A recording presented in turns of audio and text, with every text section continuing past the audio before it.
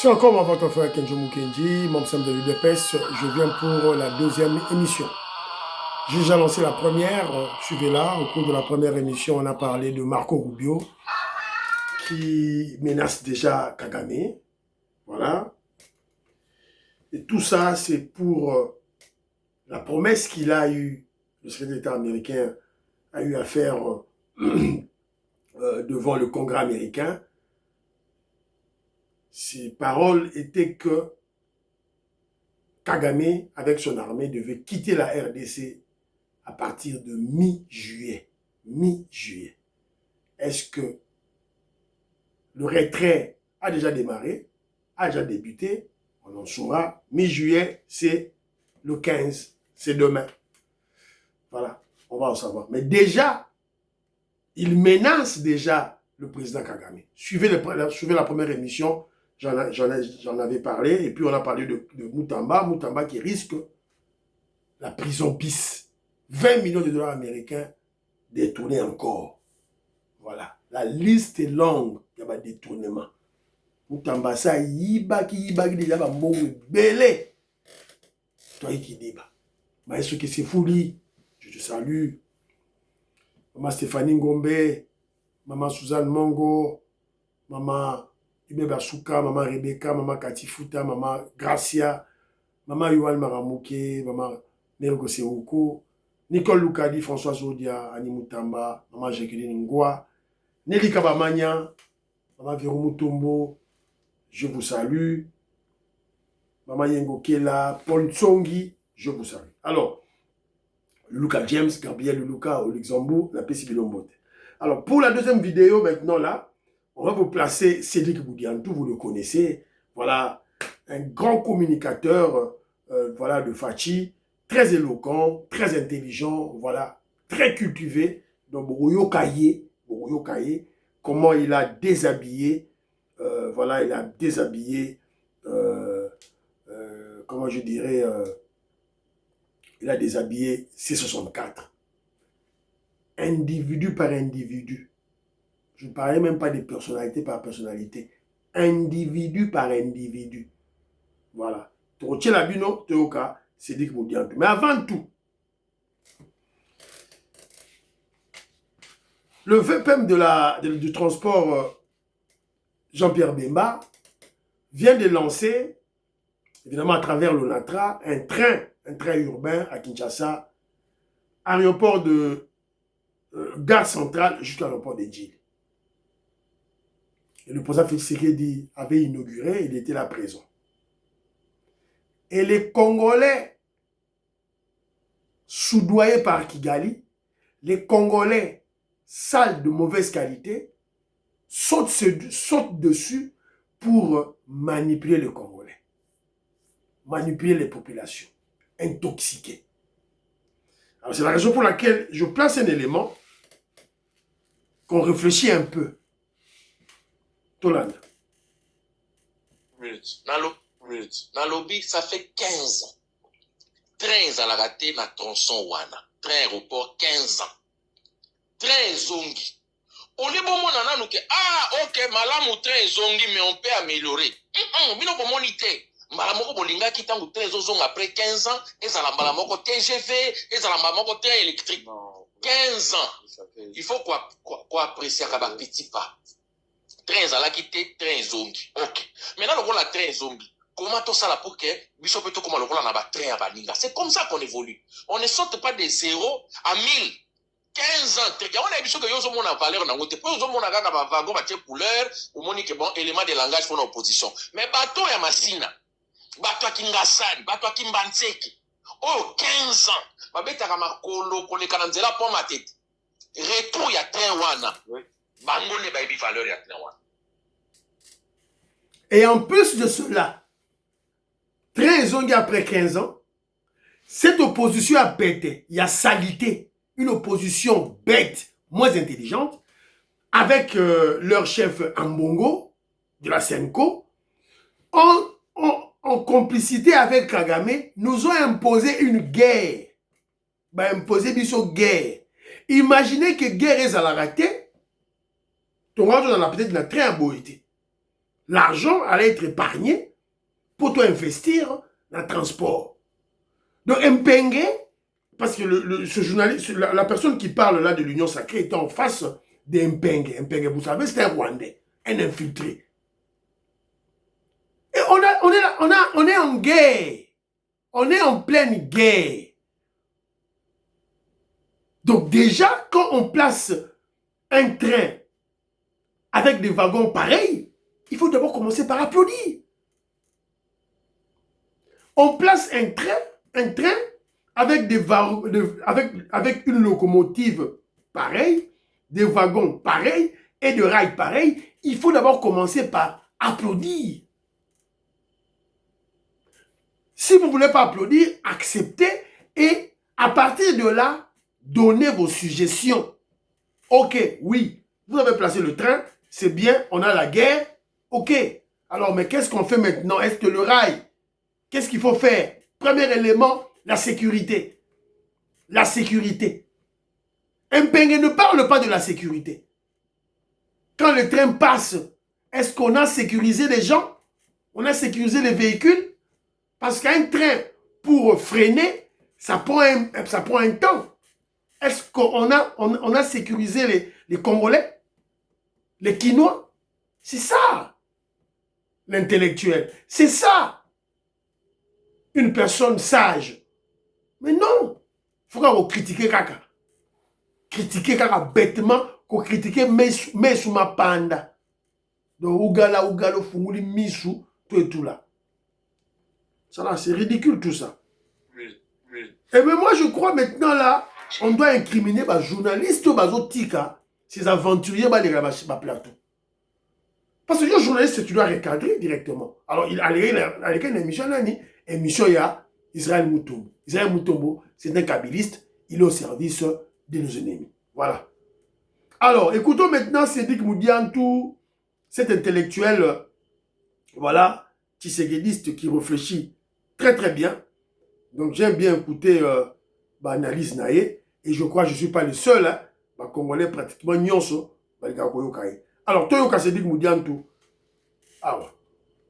Un message. Cette opposition,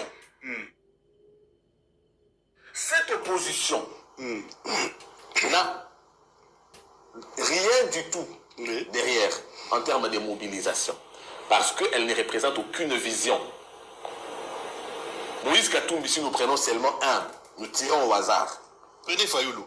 Je commence par Katumbi parce que c'est quand même des gens qui mettent les moyens pour qu'ils soient ensemble. Oh. Il représente quoi en termes de vision? Déjà que son parti lui-même n'a pas de vision. Le parti de Moïse Katumbi n'a pas de vision. Parce que ce n'est pas un parti en fait, mais c'est un ensemble de partis et qui crée maintenant un ensemble vide. Kamitatou avec il amène son parti. Pierre son âme, le vieux Pierre Lumbi, il amène son parti. Katumbi a acheté le parti. Il a acheté plusieurs visions. Pour donner quelle vision? La vision de Kamitatou, la vision de Pierre Lumbi, la vision de celui qui était Toudoula aussi à l'époque. Toutes ces visions mises ensemble, ça donne quelle vision? Et ça s'appelle ensemble. Mais quel ensemble? Ensemble vide. Vous voyez? Maintenant, si nous voulons scruter la personnalité de chacun, est-ce que ça mobilise? Puisque le peuple congolais vient quand il entend que c'est une organisation qui porte un espoir. Mais aujourd'hui, le peuple congolais n'a plus besoin qu'on porte un espoir puisque l'espoir est là. Le peuple congolais a soutenu l'opposition hier, qui était un espoir, mais qui est aujourd'hui au pouvoir. Comment on va libérer un peuple libre? Donc ça veut dire quoi? Le peuple israélien qui quitte déjà l'Égypte, il est à Cana, mais quelqu'un vient encore leur dire, je vais vous libérer. Nous sommes déjà à Cana, c'est ça la terre promise. Tu vas nous libérer pour aller où? Ah, donc le peuple est libéré déjà. Le peuple à Cana, vous lui dites que nous voulons le libérer. Le peuple sait voir que c'est l'heure.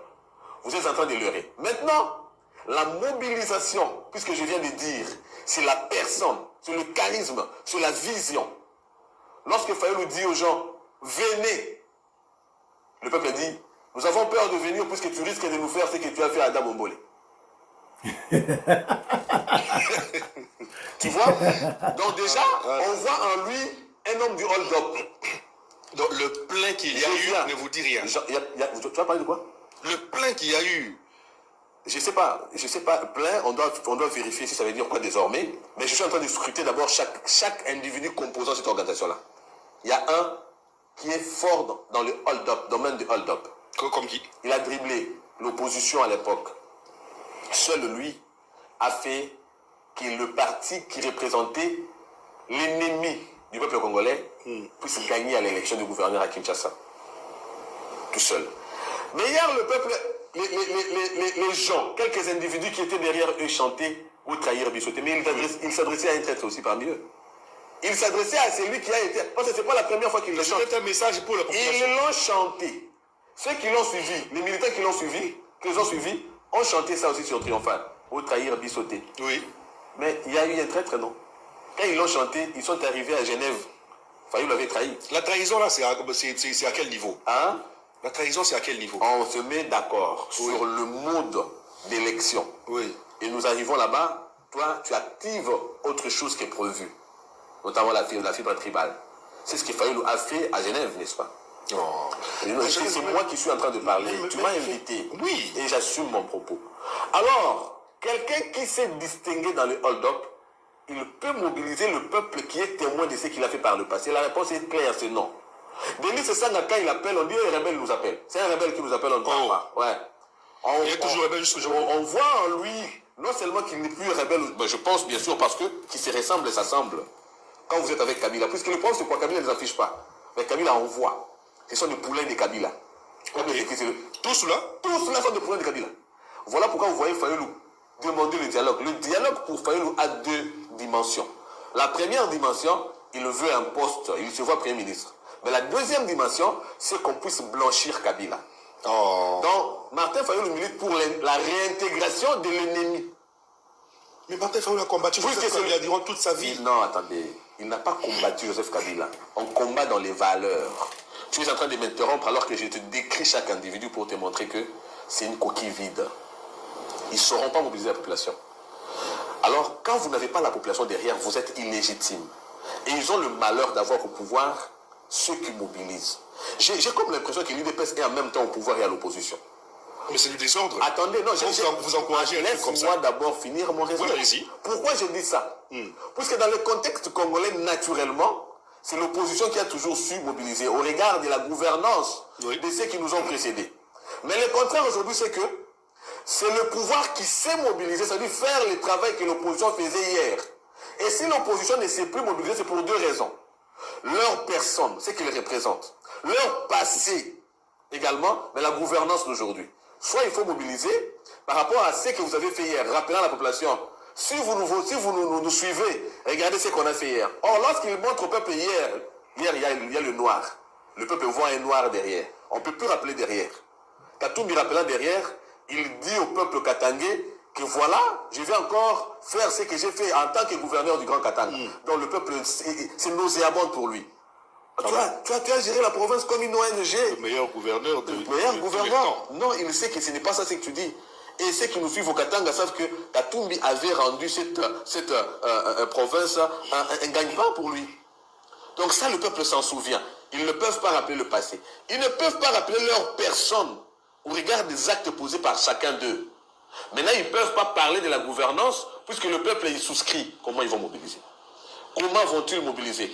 Le nombre de partis politiques, ce n'est pas ce qui constitue le problème puisque souviens-toi que Kabila avait créé le FCC. C'était le nombre d'individus, mais qui n'étaient portés par rien. Ça veut dire, pour répondre, oui, nous leur souhaitons bonne chance. Malheureusement pour eux, ça s'appelle C64. 64 comme article 64. Mais l'article 64, c'est l'article qui s'active par le peuple. Ah oui. C'est un article du peuple. peuple. Ils veulent mobiliser le peuple. Mais quel peuple? Je viens de te dire ici qu'il n'y a pas de peuple derrière. Le peuple qui était là hier avec eux là. Non. Ça veut dire quoi? Le problème, c'est que Kabila étant derrière, Kabila lors de la...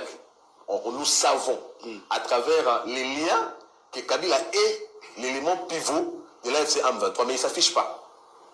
Vous comprenez? Il ne s'affiche pas, puisqu'il veut leurrer l'opinion. Donc même cette opposition qui s'est organisée, il y a Kabila aussi. Il y a aussi Kabila. Voilà pourquoi je te dis que ces gens sont derrière les M23. Pourquoi? Avant que l'opposition ne fasse sa sortie hier, Nanga a nié, il a dit, nous n'avons jamais dit qu'on venait à Kinshasa. Suis bien ce que je dis.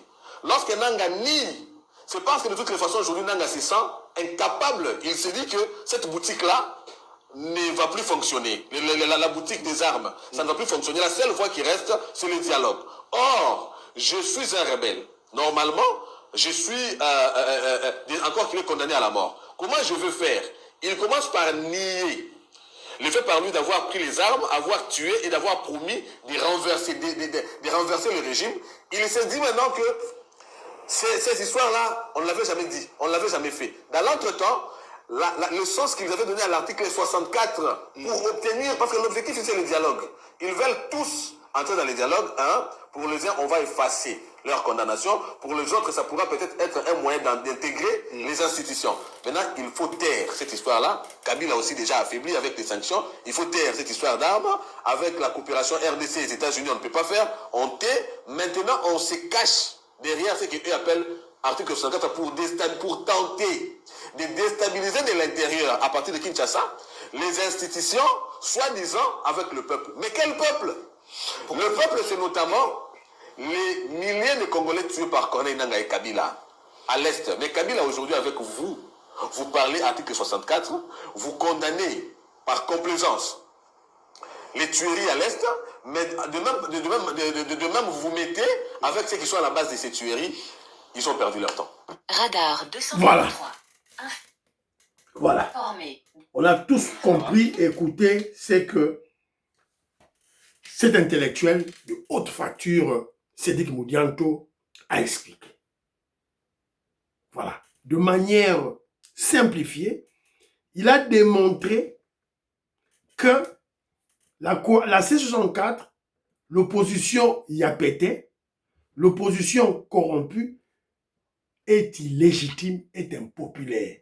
Ils ne seront pas mobiliser le peuple. Pourquoi? Premièrement, parce que du point de vue individualité, du point de vue individuel, ce sont des immoraux.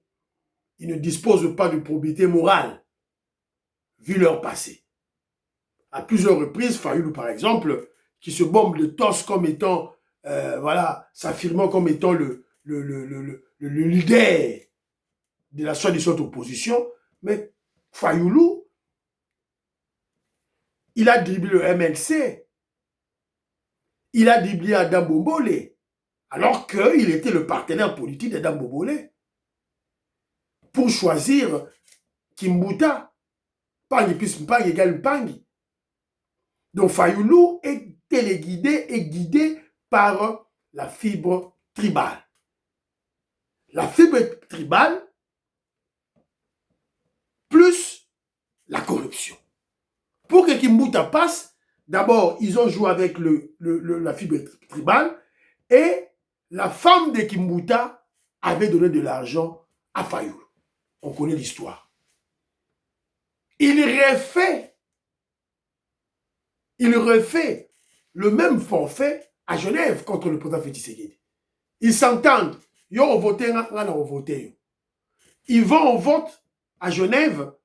Le président Félix Tshisekedi vote Fayoulou. Fayoulou vote Matungulu.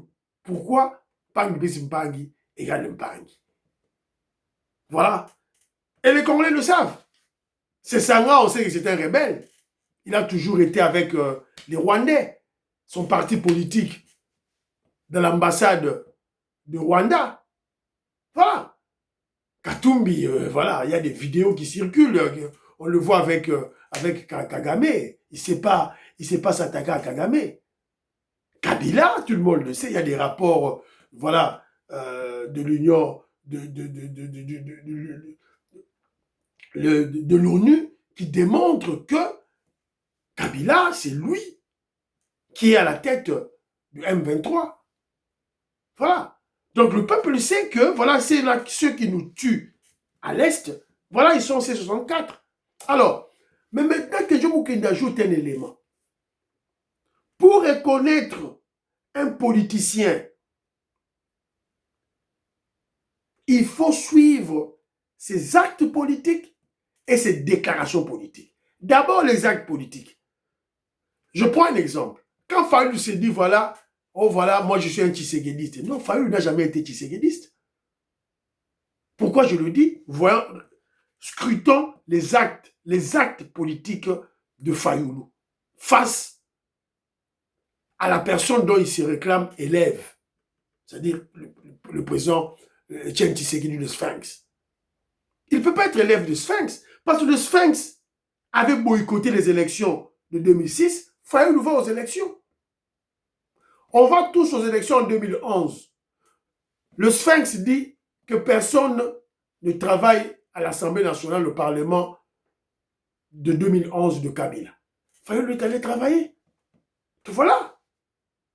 Sur le voie de fait, il est opposé à Etienne Tshisekedi, donc il ne peut pas être tshisekidiste. Alors, sur voie de fait, toujours sur base des faits politiques et des déclarations politiques, on peut savoir facilement que C64 fait groupe avec la Senko, Chole Ambongo Mouteba, avec M23, avec Kabila, avec Nanga. Quelles sont les preuves qui te démontrent? C'est leur déclaration politique, leur posture politique. La Senko parle du dialogue inclusif. C64, Fayoulou, Sesanga, tout le monde, ils parlent du dialogue inclusif. Nanga parle du dialogue inclusif. Mais tandis que nous, de notre côté, du côté du président Félix Tshisekedi, nous disons dialogue, oui, mais pas avec des criminels. Pas avec Kabila, pas avec Katumbi, pas avec Nanga, qui tue, pas avec Bertrand Bisimwa. Pas avec des seuls, pas avec des membres, pas avec ceux-là qui tuent des Congolais. Le président Félix Tshisekedi est catégorique et il a dit qu'il ne va pas fléchir. Et Kedjo Mukendi dit au peuple, exhorte le peuple congolais de soutenir le chef de l'État, le président Félix Tshisekedi. Voilà. Partagez l'émission. Bye bye.